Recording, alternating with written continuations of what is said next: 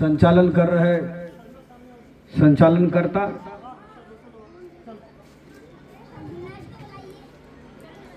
मंच पर मंचासीन हमारे समाजवादी पार्टी के जिलाध्यक्ष, हम सबके गार्जियन, समाजवादी महासचिव सैयद कुरैशी जी,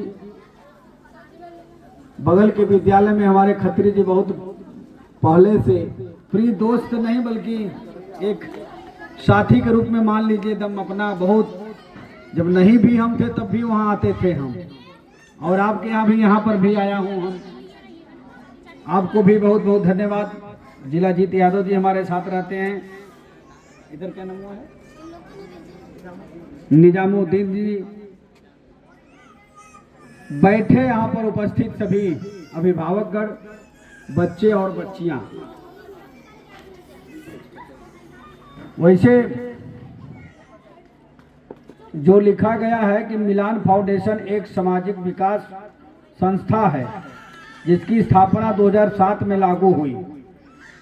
मिलान का उद्देश्य लड़कियों के क्षमताओं का विकास करना और उनके सपनों को साकार करना है। मिलान एक ऐसे समाज की कल्पना करती है जहां लड़कियों स्वास्थ्य सुरक्षित और शिक्षित हो। वर्तमान में मिलान का कार्यक्षेत्र राज्यों में है, उत्तर प्रदेश, मध्य प्रदेश और कर्नाटक। यह योजना से 14 वर्ष से 18 वर्ष की बालिकाओं को प्रेरित करती है। बहुत बहुत शुभकामना है आप सबको। शिक्षा एक ऐसी ही माध्यम है, डॉक्टर भीमराव अंबेडकर जी ने कहा था कि शिक्षा ही एक माध्यम है, जो व्यक्ति अगर ग्रहण किया तो समझ लीजिए कि शेरनी की तरह उतहाड़ेगा। बच्चे हो चाहे बच्चियां, शेर और शेरनी की तरह कहीं भी कुछ भी प्राप्त करने में वो सफल होंगे। हम यहाँ के विद्यालय के जो भी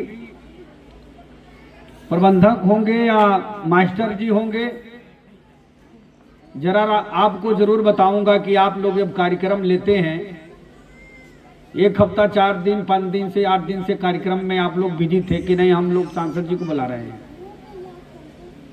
सांसद जी को बुलाने का मतलब कि कम से कम इतना तो सोच लेना चाहिए कि गांव का व्यक्ति, जो अभिभावक हैं, सबको इकट्ठा 200-300 की संख्या में करना चाहिए। आपके घर के सांसद हैं, आपके करीबी हैं, आपके बनाए हुए सांसद हैं, लेकिन उनको हम 10-20-50 आदमी में बुलाएंगे तो आप हल्लुक होंगे।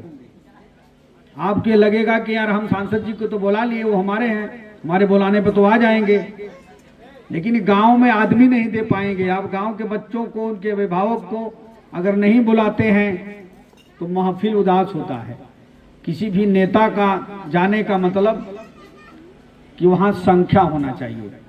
एक हफ्ते से आप लोग तैयारी कर रहे थे। जब मैं दिल्ली सदन में था तभी से फोन आया। हमने ना ही शब्द नहीं बोलता हूं कहीं, लेकिन आप हम किसको क्या सुनाऊं। आने का मतलब कि थोड़ा अच्छे कार्यक्रम, आप हमें आदमी चाहिए ना। गांव के लोग, अभिभावक, जितने बच्चे पढ़ते हैं सबके अभिभावक रहते, सब लोग समय निकालते 1 घंटे के लिए मात्र। हम लोग आने जाने में समय लगता है, 10 लोग बैठे हुए हैं वहां पर, छोड़कर चलो चलो भाई कार्यक्रम में जाना है।